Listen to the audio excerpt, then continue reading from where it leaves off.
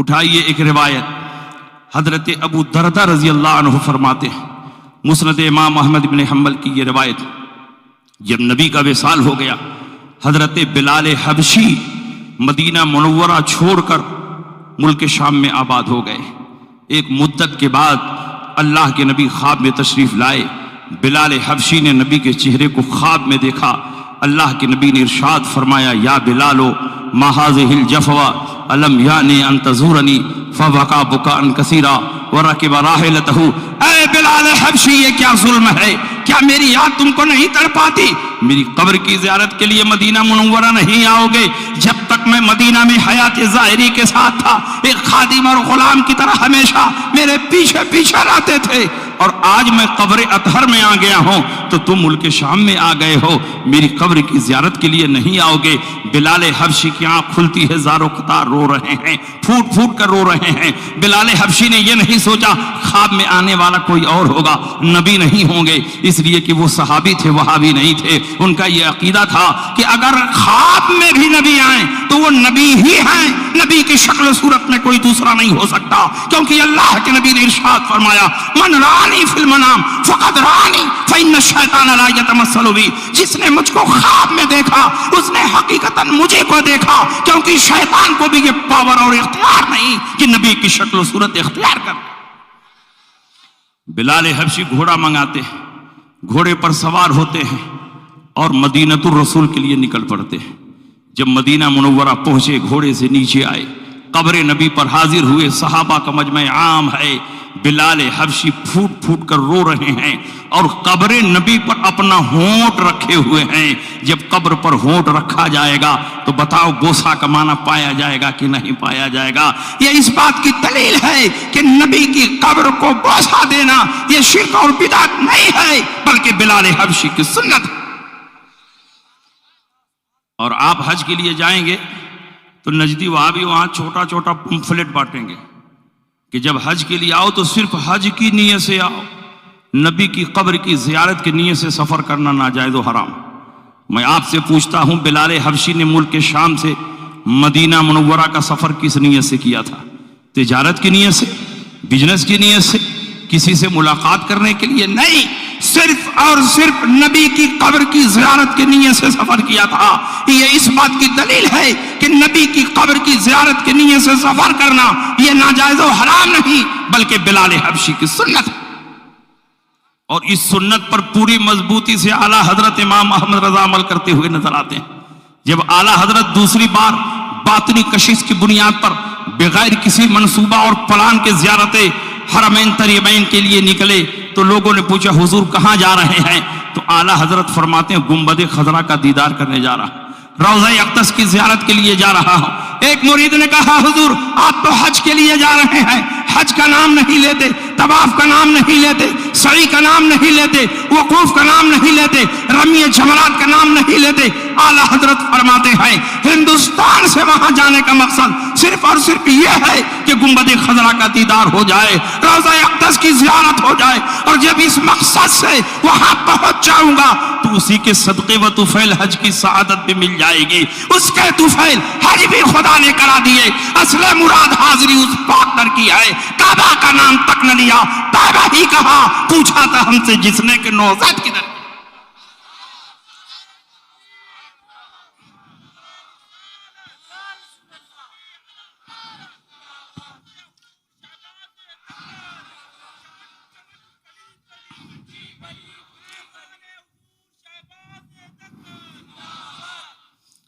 اس لیے قبروں کی زیارت یہ ناجائز و حرام اور بدعت نہیں ہے، بلکہ نبی کی سنت ہے، اور اس سنت پر ہم اہل سنت عمل کر رہے ہیں۔ تو عرس کی شرعی حیثیت دو حصوں پہ مشتمل ہے، ایک قبر کی زیارت اور ایک ایصال ثواب۔ فتح القدیر میں امام ابن الحمام نے ایصال ثواب کا پورا ایک باب ہی باندھا ہے، اور اس میں بہت ساری حدیثیں نقل فرمائی ہیں۔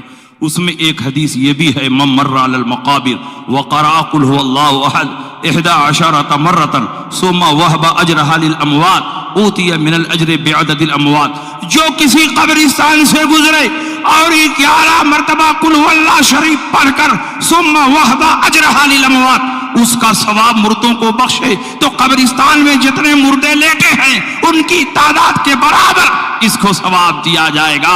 اگر ثواب نہ پہنچتا، ایصال ثواب جائز نہ ہوتا، قبروں پر جانا جائز نہ ہوتا تو قل هو اللہ پڑھنے والے کو اتنا ثواب کیوں دیا جا رہا ہے؟ یہ اس بات کی دلیل ہے کہ قبروں پر جانا بھی جائز ہے اور ایصال ثواب بھی جائز ہے۔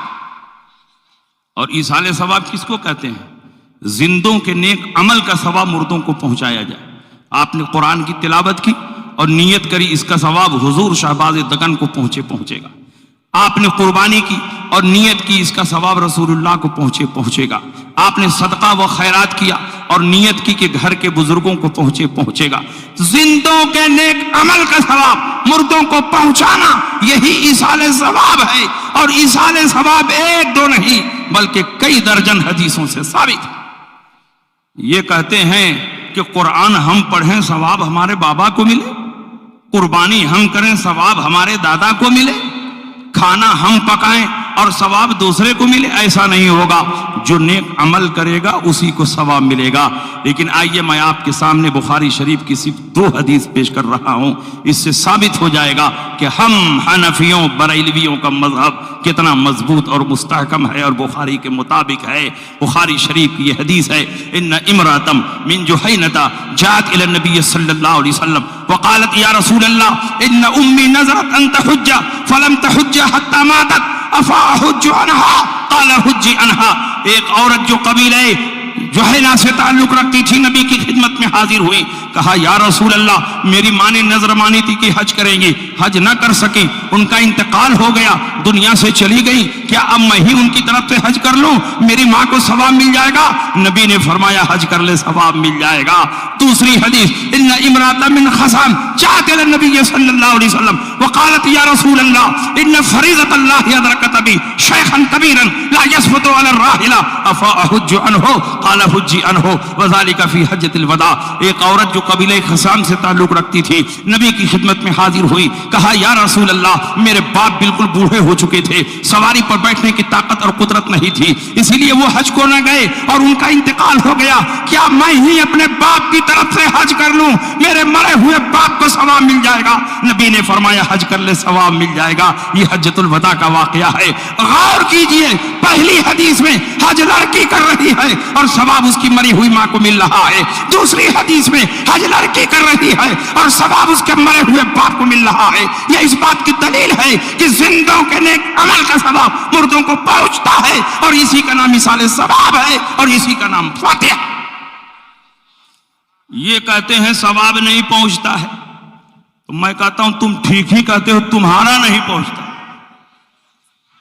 اس لیے کہ یہ بھی حدیث سے ثابت ہے کہ سب کا نہیں پہنچے گا، کسی کا پہنچے گا کسی کا نہیں پہنچے گا۔ ابو داؤد کی حدیث ہے، عمرو بن العاص نبی کی خدمت میں حاضر ہوئے، کہا یا رسول اللہ میرا باپ عاص بن وائل پوری زندگی آپ کی مخالفت کرتا رہا، حشر و نشر جنت و دوزخ کا انکار کرتا رہا، عذاب قبر تعلیم قبر کا انکار کرتا رہا۔